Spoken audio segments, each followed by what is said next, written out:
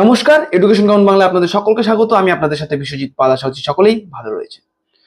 Operation সিন্দুর তা কিন্তু এখনো শেষ হয়নি।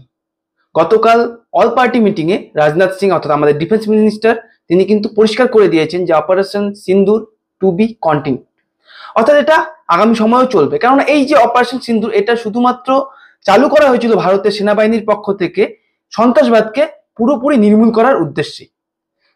7 তারিখ গভীর রাতে অর্থাৎ ভোর রাতে 1:30 থেকে 2টো নাগাদ যে অপারেশন চালানো হয়েছিল এবং সেখানে কিন্তু 9টি ঘাঁটি পাকিস্তানের ভেতর এবং পাক অকুপাইড কাশ্মীরের ভেতরে কিন্তু সেই সন্ত্রাসবাদীদের 9টি ঘাঁটিকে পুরোপুরি ধূলিসাৎ করে দেওয়া হয়েছে এবং বলা হচ্ছে যে হাফিজ সাইদের পুরো ফ্যামিলি সেখানে মারা গেছেন।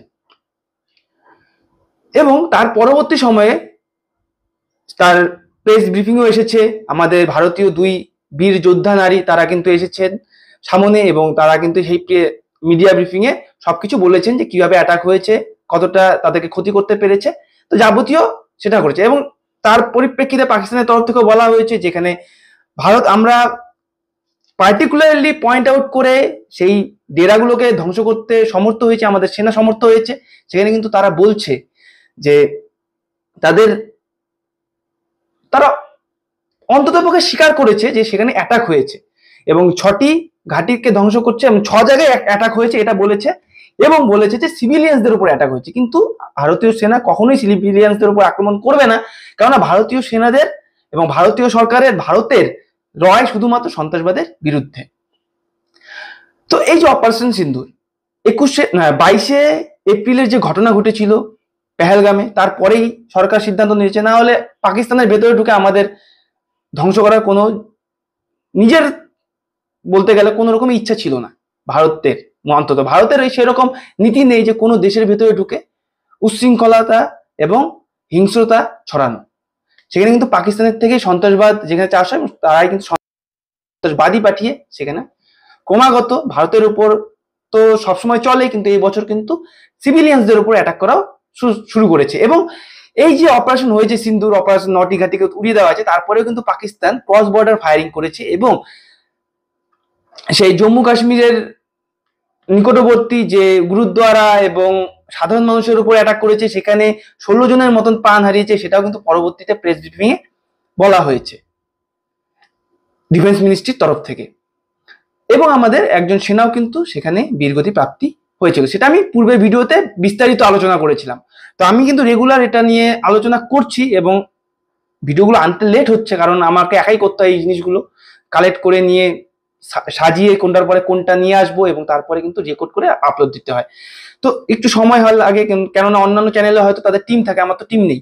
তো অবশ্যই যারা চ্যানেলে নতুন রয়েছেন এরকম টপিকের সাথে যুক্ত হতে এই যে টপিকের আপডেটগুলো পেতে চান তারা অবশ্যই কিন্তু চ্যানেলটি সাবস্ক্রাইব করে দেবেন এবং পাশে তো বেল আইকনে গিয়ে অল নোটিফিকেশনে ক্লিক করে দেবেন। সময় বেশি লাগবে না, পয়সাও লাগে না। আর ইনফরমেটিভ মনে হলে লাইক করবেন, বন্ধুদের সাথে শেয়ার করবেন যাতে তারাও এই ইনফরমেশনের সাথে অবগত হতে পারে। আর আপনাদের কমেন্ট অবশ্যই বিষয় নিয়ে জানিয়ে যাবেন আর দেশের স্বার্থে থাকবেন। তো চলুন আজকের বিষয়টা জানা যাক যে কি পরবর্তী যে অপারেশন সিন্ধু, তারপরে যে পাকিস্তানের এসকালেশন, তার পরবর্তীতে আরো কি আপডেট এসেছে সেই সব নিয়ে কিন্তু আজকের ভিডিও। তো সমস্ত ভিডিও দেখার জন্য শেষ পর্যন্ত থাকবেন। তো অপারেশন সিন্দুর এটা কন্টিনিউ চলছে এবং শোনা যাচ্ছে গতকাল রাতে ইন্ডিয়ান নেভি তার বিক্রান্ত আইএনএস বিক্রান্ত যে রয়েছে তার দ্বারা কিন্তু সেখানে করাচি পোর্টে কিন্তু আক্রমণ করা হয়েছে এবং করাচি পোর্টকে ধ্বংসই করেছে বলতে গেলে, সেখানে আক্রমণ করা হয়েছে। সেটা রাত 9:30 থেকে 10টা নাগাদ এই ইনসিডেন্ট করানো হয়েছে ভারতের তরফ থেকে। কিন্তু কেন ভারত সেখানে পোর্টে আক্রমণ করলো? কারণ ভারতের তো নীতি শুধুমাত্র সন্ত্রাসবাদের বিরুদ্ধে ছিল, কেন ভারত পোর্টে আক্রমণ করতে গেল? এটা আমি লাস্ট আপডেট বলছি, এর পরবর্তী আপডেটগুলো নেক্সট ভিডিওতে আসবে। তো আমি এটা লাস্ট আপডেট দিয়ে শুরু করছি। এটা ছিল লাস্ট আপডেট যে ভারতীয় নেভি মিসাইল স্ট্রাইক করেছে কোথায়, যে করাচি পোর্টে পাকিস্তানি নাভাল বেসে। তো কি এই নিয়ে পাকিস্তানেও প্যানিক চলছে এবং সেটা ডিসেম্বর 1971-এর পরে প্রথমবার ভারতের তরফ থেকে এরকম অ্যাকশন নেওয়া হলো এবং ভারতীয় নেভি তাদের মিসাইল লঞ্চ করেছে সেখানে। তো ইন্ডিয়ান নেভি এটা ওপেন ফ্রন্ট দেখিয়েছে যে আমরা কিন্তু তৈরি, পাকিস্তান যদি উস্কানোর চেষ্টা করে তাহলে কিন্তু পাকিস্তানকে ধূলিসাৎ করতে ইন্ডিয়ার ন্যূনতম সময় লাগবে না। পাকিস্তানকে ম্যাপে খোঁজা যাবে না, কারণ পাকিস্তানের ভেতরেই যুদ্ধ চলছে। বালুচিস্তান লিবারেশন আর্মি তারাও কিন্তু অনবরত পাকিস্তানি সেনাদের উপর আক্রমণ করছে, এবং গতকালকেও দেখা গেছে মিডিয়াতে, বিভিন্ন মিডিয়াতে দেখা গেছে, বলা হয়েছে যে পাকিস্তানের 12 জন সেনাকে কিন্তু বালুচিস্তান লিবারেশন আর্মির দ্বারা চলন্ত গাড়িতেই উড়িয়ে দেওয়া হয়েছে। তো এরকম কিন্তু বারংবার আক্রমণ চালাচ্ছে, এবং বালুচিস্তান লিবারেশন আর্মি কিন্তু স্বাধীনতার জন্য প্রস্তুত, এবং তারা বলছে যে ভারতের তরফ থেকে যেন সেখানে এমবিসি খোলা হয়, প্রস্তুত হওয়ার কথাও তারা বলছে। এখন এটা কতটা আপডেট পরবর্তী সময়ে জানা যাবে, এটা এখনো অফিসিয়ালি কিন্তু সেরকম কোনো আপডেট আসেনি, সেখানে বালুচিস্তান লিবারেশন আর্মির থেকে বলা হচ্ছে। তো করাচিতে রাত 10টা 10:30 নাগাদ এই ঘটনা ঘটেছে ভারতের তরফ থেকে। তো তার আগে কি ঘটনা ঘটেছিল আমরা জানি সকলেই, যে অপারেশন সিন্দুর হয়েছে, এবং তার পরবর্তীতে ক্রস বর্ডার ফায়ারিং চলছিল, স্বাভাবিকভাবে ক্রস বর্ডার ফায়ারিং চলছিল। কিন্তু দেখা গেছে গভীর রাতে আবার পরশু গভীর রাতে পাকিস্তানের তরফ থেকে কিন্তু ড্রোন অ্যাটাক করা হয়েছিল, এবং ভারতের প্রায় 15 থেকে 16টি শহরে আক্রমণ করার তারা চেষ্টা চালিয়েছিল ড্রোনের মাধ্যমে। কিন্তু আমাদের ভারতের S-400 যেটা রাশিয়ার থেকে নেওয়া হয়েছিল, এই যে এয়ার মিসাইল ডিফেন্স সিস্টেম, সেটা কিন্তু পুরোপুরি সেই ড্রোনগুলোকে ধ্বংস করতে সমর্থ হয়েছে, এবং ভারতে কোনো ক্যাজুয়ালিটি খবর নেই। তো নিঃসন্দেহে এই যে S-400 এটা কিন্তু অনবদ্য ভূমিকা পালন করেছিল ভারতের এয়ার ডিফেন্স সিস্টেমকে শক্তিশালী করার জন্য, এবং পুরোপুরি দেখুন, কোনো দেশ থেকে যখন এয়ার মিসাইল হবে সেখানে 1-2টো হয়তো পড়বে, এবং সেখানে যেগুলো যেই স্থানে পড়েছে সেখানে হয়তো কোনো রকম মানুষহীন স্থানেই পড়েছিল, সেই কারণে কোনো ক্যাজুয়ালিটি ছিল না। কিন্তু বেশিরভাগ 90% সেই মিসাইলকে তারা কিন্তু S-400 ধ্বংস করতে সমর্থ। তো এই যে পাকিস্তান মিসাইল, সেটা কিন্তু অমৃতসরে ল্যান্ড করাতেও চেষ্টা করেছিল অনেক, কিন্তু সেটা S-400 দ্বারা কিন্তু পুরোপুরি ডিসলভ করতে সমর্থ হয়েছে, এবং নিউট্রালাইজ করতে সমর্থ হয়েছে ভারতের সেনারা। এবং ভারতের যে আপনারা জানেনই যে আমাদের সেনাবাহিনীর তরফ থেকে, বায়ুসেনার তরফ থেকে যে এয়ার স্ট্রাইক করা হয়েছিল, সেখানে 9টি বেসকে পুরোপুরি ধ্বংস করে, বেস বলতে পুরোপুরি ধ্বংস করে দেওয়া হয়েছিল। তারা কিন্তু পাকিস্তানের যে ড্রোন সিস্টেম, রেডার সিস্টেম এবং defence system, air missile defence system, তারা কিন্তু আইডেন্টিফাই করতে পারেনি। তাহলে বোঝাই যাচ্ছে যে পাকিস্তানের ডিফেন্স সিস্টেম কি রয়েছে এবং ভারতের ডিফেন্স সিস্টেম কি রয়েছে। এখানে প্রমাণিত হচ্ছে যে আর্মি শক্তি কার কতটা রয়েছে, অস্ত্র শক্তিও কে শক্তিশালী বেশি। যদি পাকিস্তান এরপরেও না শুধরোয় তাহলে কিন্তু বিশাল ক্ষয়ক্ষতির সম্মুখীন হবে, এবং এর মাসুল গুনতে হবে পাকিস্তানকে। বারংবার এটাই কিন্তু বলছি।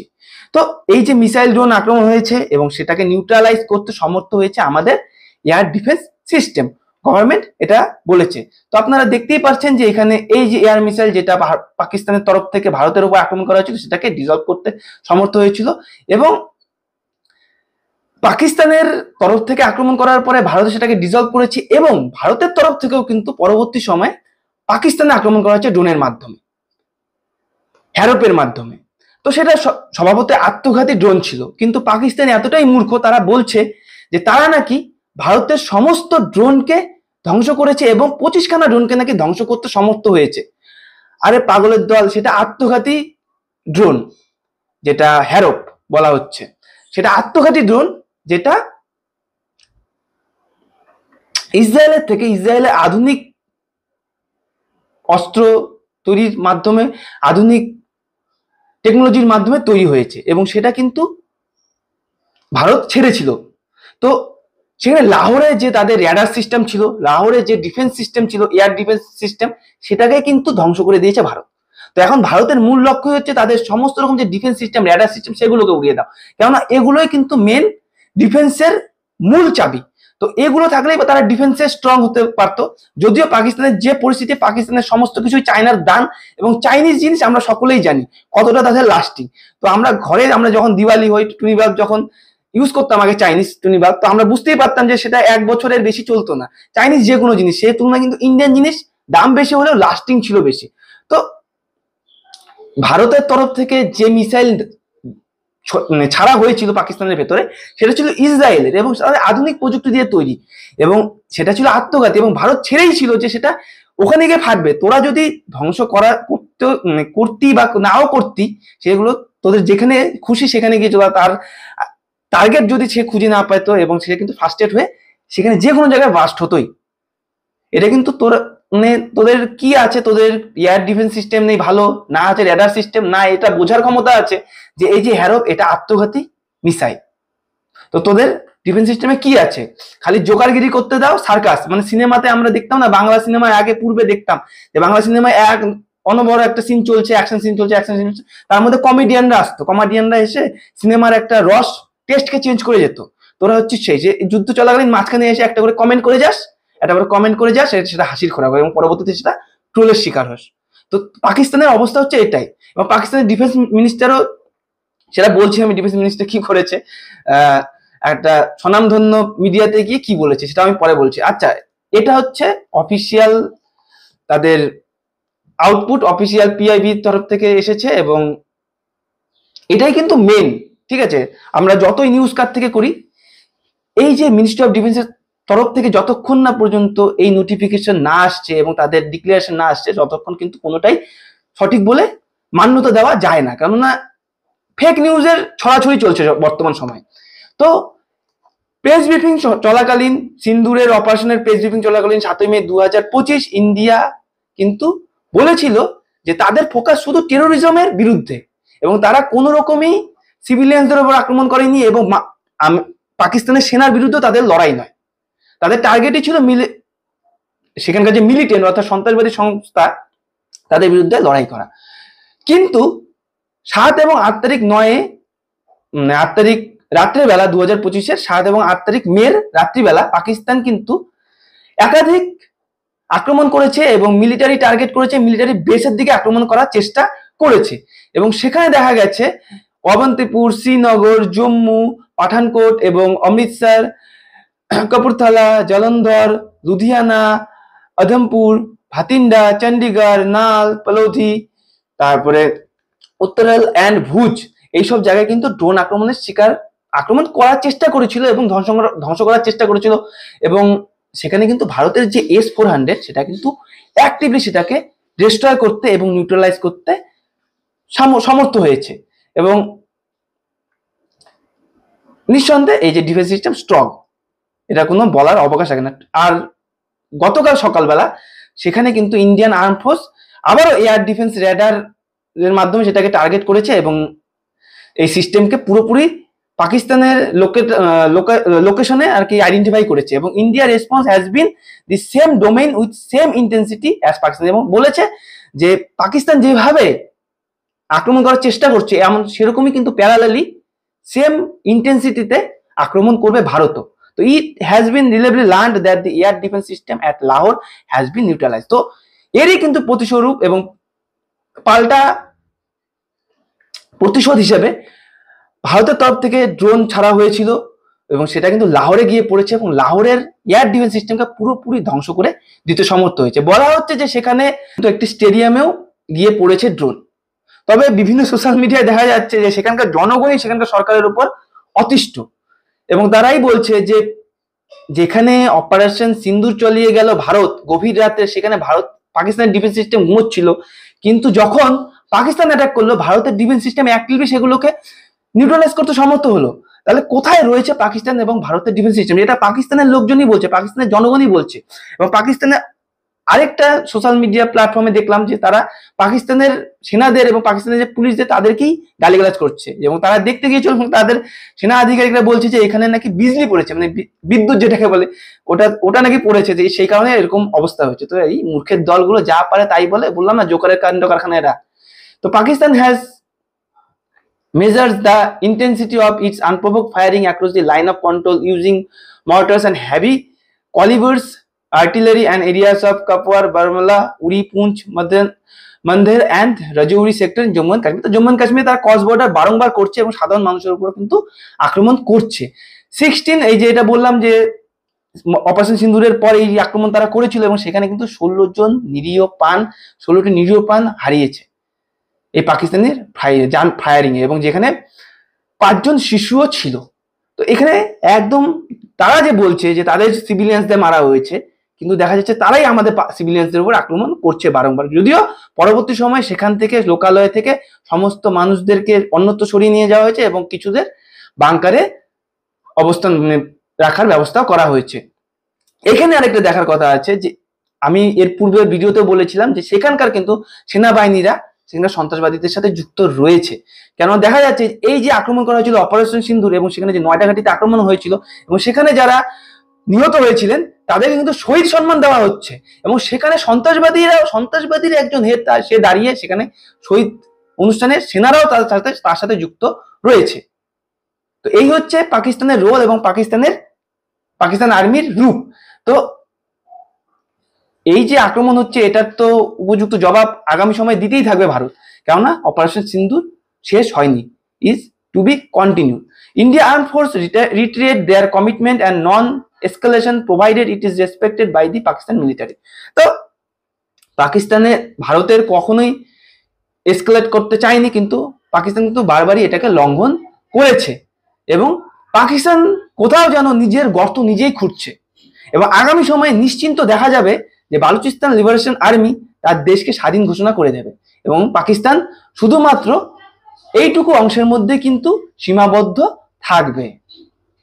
ঠিক আছে, তো এই যে ম্যাপ দেখাচ্ছি এখানে যে সবুজ অংশগুলো রয়েছে, এখানে কিন্তু সবুজ অংশগুলোতে পাকিস্তান অ্যাটাক করার চেষ্টা করেছিল তাদের মিসাইলের মাধ্যমে।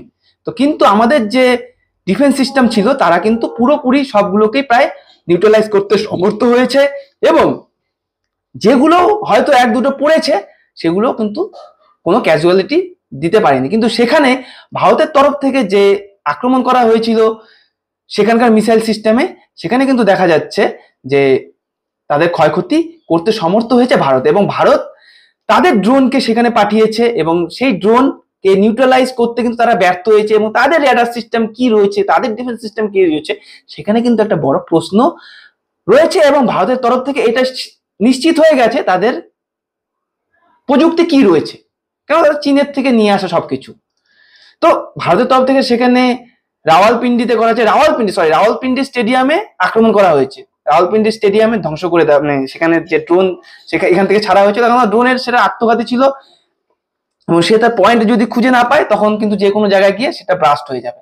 তো রাওয়ালপিন্ডিতে আক্রমণ করা হয়েছিল এবং সেখানেও পিএসএল হচ্ছিল যত সম্ভব, মানে পাকিস্তান প্রিমিয়ার লিগ, মানে ইন্ডিয়ান প্রিমিয়ার লিগের মতন পাকিস্তান প্রিমিয়ার লিগও হয় এবং সেখানে কিন্তু সেখানকার যে লিগ সেটাকে কিন্তু বাতিল করে দেওয়া হয়েছে এবং পরবর্তীতে দেখা গেছে এইসব স্থানেও কিন্তু আক্রমণ করা হয়েছে এবং লাহোরে সেখানকার এয়ার ডিফেন্স সিস্টেমকে পুরোপুরি ধ্বংস করে দেওয়া হয়েছে। তো এইসব স্থানে ভারতের তরফ থেকে আক্রমণ করা হয়েছে এবং সেটা সফলভাবে সেখানে কাজও করেছে। কেননা এর থেকে বোঝা যাচ্ছে যে সেখানকার আমাদের যে ড্রোন স্বাভাবিকভাবে জেট প্লেনের থেকে ধীরেই চলে এবং সেটাকে কিন্তু আইডেন্টিফাই করা প্রয়োজন ছিল, কিন্তু তাদের রেডার সিস্টেম কি এটাই প্রমাণ পাওয়া গেল যে তাদের রেডার সিস্টেমে ন্যূনতম সেই ক্ষমতা নেই যে আইডেন্টিফাই করবে ভারতের পাশ থেকে কি আসছে। তো প্রমাণ পাওয়া গেল, এই হচ্ছে ব্যাপার। তো এই হচ্ছে আমাদের S-400। তো সরি আমি আরো একটা শূন্য বেশি দিয়ে দিচ্ছি, তার 400ই কাঁপছে আর 4000 তো আরো কাঁপবে। যাই হোক, আপনারা দেখছেন এটা হচ্ছে আমাদের S-400, দেখতেই কতটা শক্তিশালী মনে হচ্ছে, কিন্তু পাকিস্তানের যদি এয়ার ডিফেন্স সিস্টেমের কথা দেখো সেটা কিন্তু দেখলে পরে বোঝা যাবে। আমি এই স্লাইডগুলোতেও আসবো, আমি আগে এয়ার ডিফেন্সের পাকিস্তান দেখাচ্ছি যে পাকিস্তানের এয়ার ডিফেন্স হচ্ছে এটা। দেখতেই কেন যেন খেলনা গাড়ির মতন মনে হচ্ছে, এর মধ্যে কোনো স্ট্রংনেসই নেই, মনে করে না আগে দেখনদারি পরে গুণ বিচারি, তো দেখনদারিতেই খারাপ। তো এই হচ্ছে ব্যাপার, তো দেখনদারিতেই ও অ্যাট্রাক্টেড নয়, অ্যাট্রাকশন নেই এর মধ্যে, এত শক্তি কি থাকবে? আপনার শরীরই যদি রোগা পাতলা হয় তাহলে আপনার কি শক্তি থাকবে? ঠিক আছে, তো এই হচ্ছে S-400। তো ঠিক S-400 এর আমরা ডিটেলস একটু জেনে নিই। তো ইন্ডিয়ান এয়ারফোর্সের যে S-400 তার নাম হচ্ছে সুদর্শন চক্র।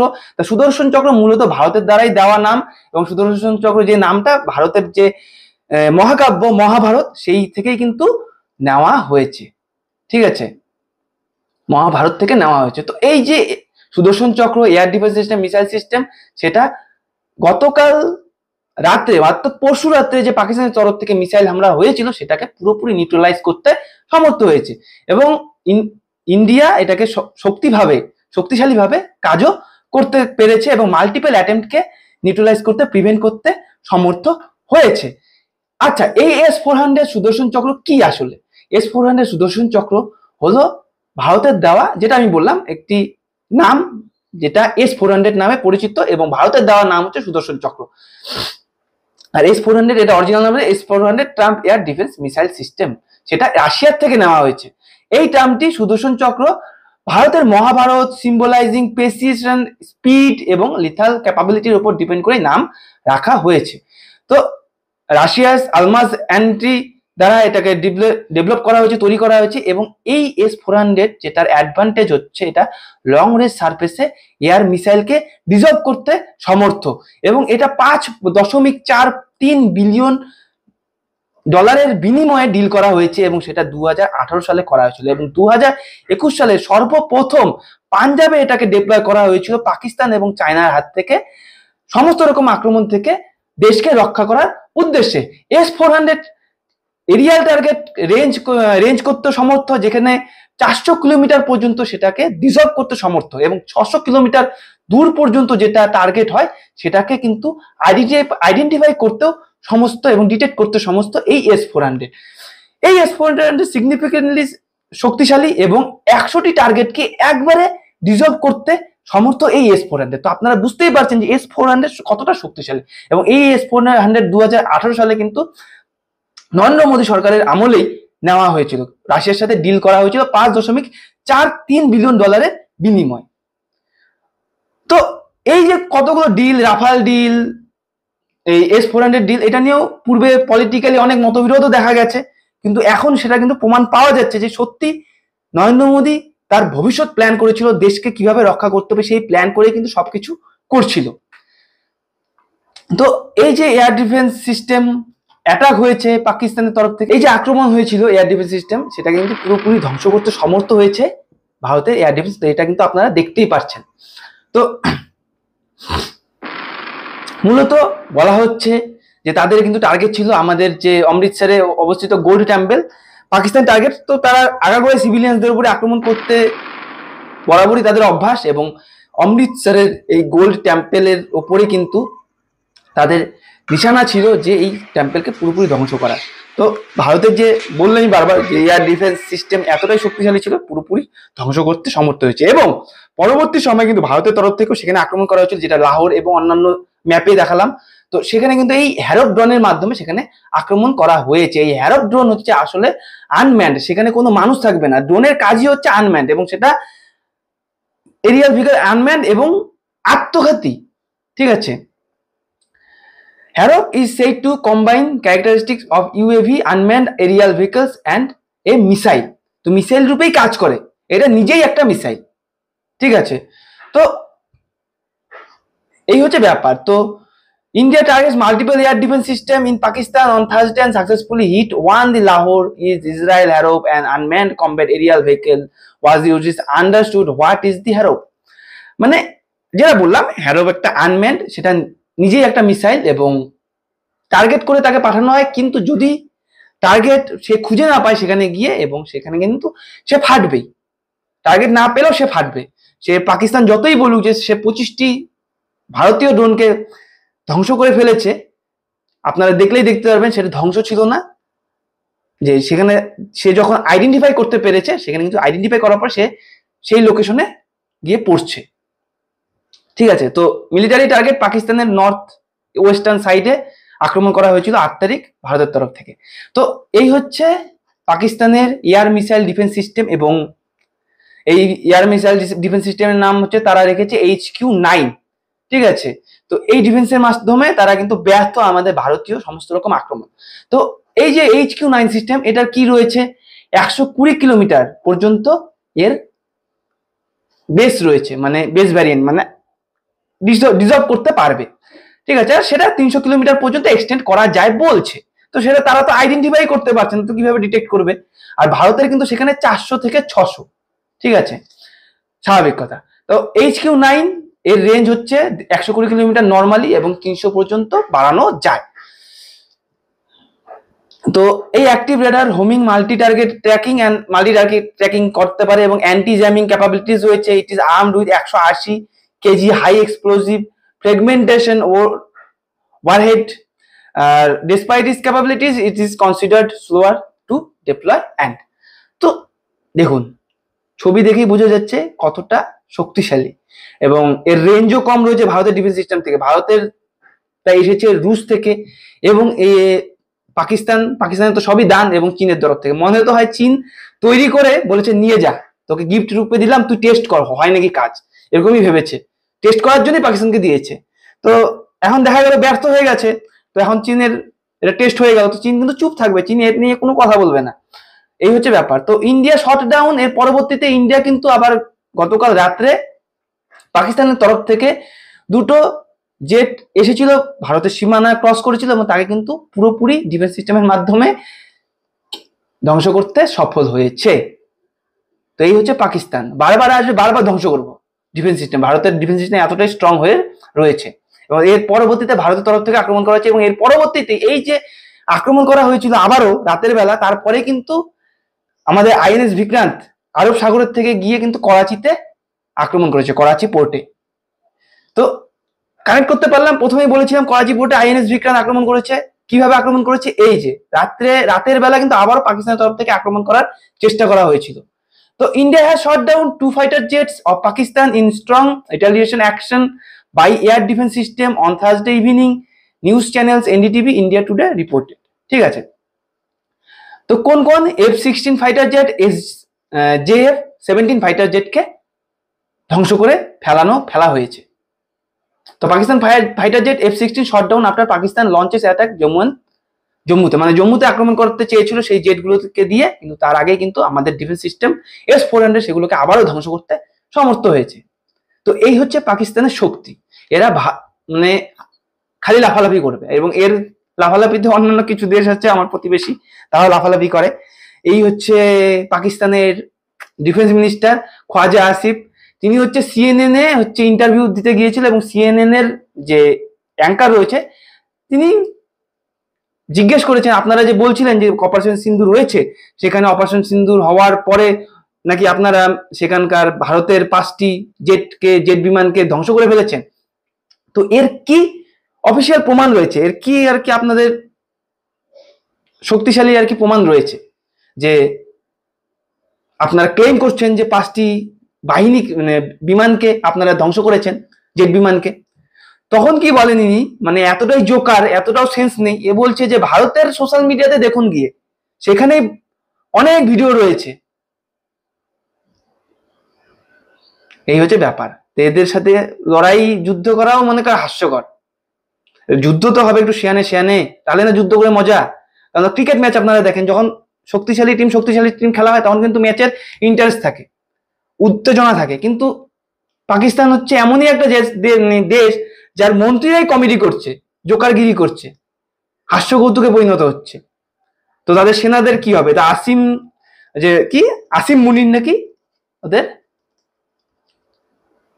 চিফ, তাকে তো খুঁজেই পাওয়া যাচ্ছে না। আজকের যত সম্ভব যখন আমি রেকর্ড করছি খবর আসছে তাকে নাকি অ্যারেস্ট করা হয়েছে, তার অফিসিয়াল কোনো প্রমাণ নেই জন্য আমি এখানে এই স্লাইডে দেইনি। পরবর্তীতে যদি প্রমাণ আসে সরকারের তরফ থেকে, পাকিস্তান সরকারের তরফ থেকে যদি বলা হয় যে অ্যারেস্ট করা হয়েছে, তবেই আমরা কিন্তু সেটাকে নিয়ে অ্যানালাইসিস করব। তবে ওর দিন বেশি দিন নেই, এবং পাকিস্তান সরকারেরও, বর্তমান সরকারেরও দিন বেশি দিন নেই, এবং পাকিস্তান যে ম্যাপ রয়েছে সেটাও খুব শীঘ্রই চেঞ্জ হতে চলেছে। এবং আমাদের যে অপারেশন সিন্দুর ছিল সেখানে বলা হচ্ছে যে রফ আজাহার, যিনি কিনা হাফিজ সঈদের ভাই, এমনটাই বলা হচ্ছে, সেও নাকি এতে নিহত হয়েছেন। তো এই হচ্ছে ব্যাপার, ঠিক আছে। তো অপারেশন সিন্দুরের পরে যাবতীয় যে তথ্য, এর আগেও একটা ভিডিও দিয়ে আপনাদেরকে জানিয়েছি, আর আজকেও আবারও আরেকটি ভিডিও দিয়ে কিন্তু জানালাম। এবং সোশ্যাল মিডিয়াতে এদেরকে নিয়ে দেশের লোকই কিন্তু বিতৃষ্ণাগ্রস্ত, এবং সেখানকার সংসদের এমপিরা রয়েছে, সাংসদরা রয়েছে, তারাও কিন্তু বলছে যে আমার দেশের যে ডিফেন্স মিনিস্টার, তিনি বলছেন যে সোশ্যাল মিডিয়া গিয়ে দেখতে, একটা এত বড় সংবাদ মাধ্যমে গিয়ে তিনি বলছেন যে সোশ্যাল মিডিয়াতে গিয়ে চেক করতে, কোথায় কি বলতে হবে কোনো সেন্সই নেই তাদের, কিন্তু সাংসদরা বলছেন সংসদ ভবনে। তো এই হচ্ছে পাকিস্তানের রূপ, পাকিস্তানের অবস্থা, কতটা দিন তারা এই যুদ্ধকে চালিয়ে যেতে চায় যাক। এবং ভারত কিন্তু এটারই সুযোগে ছিল, এবং ভারত প্রতিনিয়তই চাইছিল যে শুধুমাত্র সন্ত্রাসবাদকে আক্রমণ করার এবং সন্ত্রাসবাদের উপরেই আক্রমণ করতে, কিন্তু পাকিস্তান সেটা চাচ্ছে না। পাকিস্তান চাচ্ছে মানে অনেকটা সুখে থাকতে ভূতে কিলানোর মতন। এক তো সন্ত্রাসবাদকে প্ররোচনা দিচ্ছে, এবং তারপরে কিন্তু সেটাকে আরো উস্কানোর জন্য নিজেরা তার পেছনে ব্যাকআপ করার চেষ্টা করছে, এবং আমাদের ভারতের সাধারণ নাগরিকদের মারার চেষ্টা করছে এবং মারছেও। তো স্বাভাবিকভাবেই ভারত চুপ করে বসে থাকবে না, এবং ইরানের তরফ থেকে ভারতকে মধ্যস্থতা করার কথা বলা হয়েছিল, যে যুদ্ধ থামানোর কথা বলা হয়েছিল, সেখানে কিন্তু এস জয়শঙ্কর পুরোপুরি ক্লিয়ারলি বলে দিয়েছে, আমাদেরকে যদি অ্যাটাক করা হয় আমরা চুপ থাকবো না, আপনাদের কি বলার হয় বলুন। সোজা কথা, একদম স্ট্রিক্টলি। একেই বলে শক্তিশালী সরকার। এরপরেও যদি কেউ গলা শুকানোর চেষ্টা করে ভারতের ভেতরে, তাদেরকেই আগে বেছে বেছে আইডেন্টিফাই করা দরকার। তো এই ছিল বিষয়, কভার করলাম। আগামী সময় যে আপডেট আসবে আগামী ভিডিওর মাধ্যমে আপনাদের সামনে তুলে ধরার চেষ্টা করব। আর আপডেট পাওয়ার জন্য চ্যানেলকে সাবস্ক্রাইব করে দেবেন, পাশে বেল আইকনে গিয়ে অল নোটিফিকেশনে ক্লিক করে রাখুন, যাতে করে পরবর্তী সকল ভিডিও নোটিফিকেশন, এই টাইপের নোটিফিকেশন আপনাদের সামনে সবার আগে পৌঁছে যায়। তো চলুন, পরবর্তী ভিডিওতে খুব শীঘ্রই দেখা হচ্ছে। কমেন্ট করবেন আপনারা, অবশ্যই আপনাদের মতামত জানাবেন। সবাই সুস্থ থাকবেন, ভালো থাকবেন, দেশের স্বার্থে থাকবেন। যুদ্ধকালীন পরিস্থিতি, ফেক নিউজের থেকে বেঁচে থাকবেন, আপনারাও ফেক নিউজ ছড়াবেন না। জয় হিন্দ, জয় ভারত।